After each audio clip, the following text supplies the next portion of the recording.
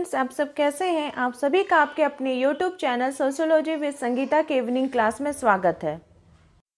इस चैनल के morning class में हम लोग सोशियोलॉजी से रिलेटेड टॉपिक को कवर करते हैं।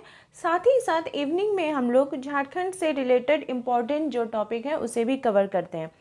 इसके पहले के क्लास में हम लोगों ने झारखंड के वीर सुपुत्र बिरसा मुंडा के जीवन परिचय को देखा था तथा उनसे जुड़े इम्पॉर्टेंट जो क्वेश्चंस थे उन्हें कवर किया था।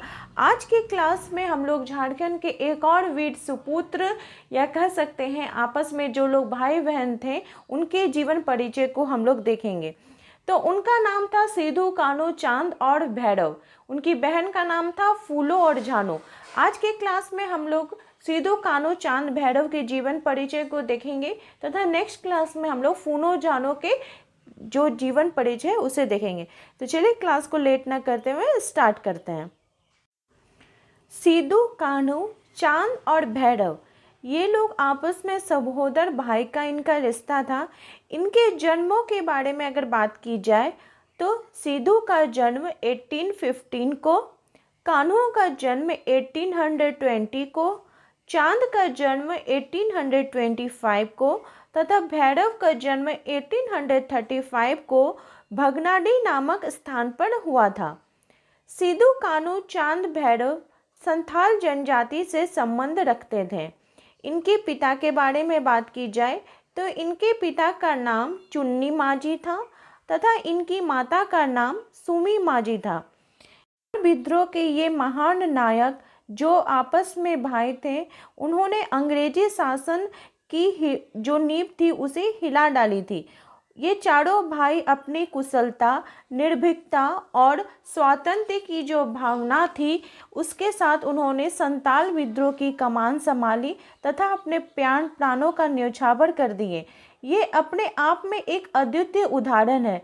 सबसे बड़े भाई सिद्धू ने अद्भुत नेतृत्व की क्षमता एवं वाक की कुशलता थी। अधिकारी जो उनके अधिकार थे उसके लिए लड़ाई लड़ना और उसे धर्म के साथ जोड़ के रखना इन्हें भली भांति से पता था, जिसके कारण वे एक संगठित रूप में कार्य कर रहे थे। इनकी अगर बात की जाए तो वे अपने भाइयों के साथ मिलकर परंपरागत ढंग से समय की मांग के अनुसार लोगों से स्वतंत्रता की भावना को उन्होंने जागरूक किया और 30 जून 1855 को भगनाडी में उन्होंने विशाल जनसमूह एकत्रित करके उन्हें धार्मिक आख्यान, धर्म युद्ध और सत्य की विजय आदि जोशीले संदेशों से एकता और अधिकार प्राप्ति के लिए स्वराज का नारा दिया। संगठन ने सिद्धू को राजा, कान्हू को मंत्री, चांद को प्रशासक और भैरव को सेनापति के रूप में स्वीकार कर लिया। इसके बाद सशस्त्र आंदोलन की शुरुआत होगी। अंग्रेज सरकार ने इस विद्रोह को दबाने के लिए अपनी सेना भी भेजी थी। सिद्धू कान्हू ने 1855 में संथाल विद्रोह का नेतृत्व किया। 10 जुलाई 1855 को सिद्धू कान्हू ने इस सेना को हरा दिया और राजमहल के किले पर कब्जा कर लिया। अंग्रेजों ने 10 नवंबर 1855 को मार्शल लॉ लगा दिया। चलिए हम लोग देख लेते हैं कि आखिर मार्शल लॉ होता क्या है। विशेष परिस्थितियों में जब किसी देश की न्याय व्यवस्था को सेना अपने हाथ में ले लेती है तब जो नियम प्रभावी होते हैं उन्हें सैनिक कानून या मार्शल लॉ यानी मार्शियल लॉ कहा जाता है। कभी कभी युद्ध के समय अथवा किसी क्षेत्र को जीतने के बाद उस क्षेत्र में मार्शल लॉ लगा दिया जाता है।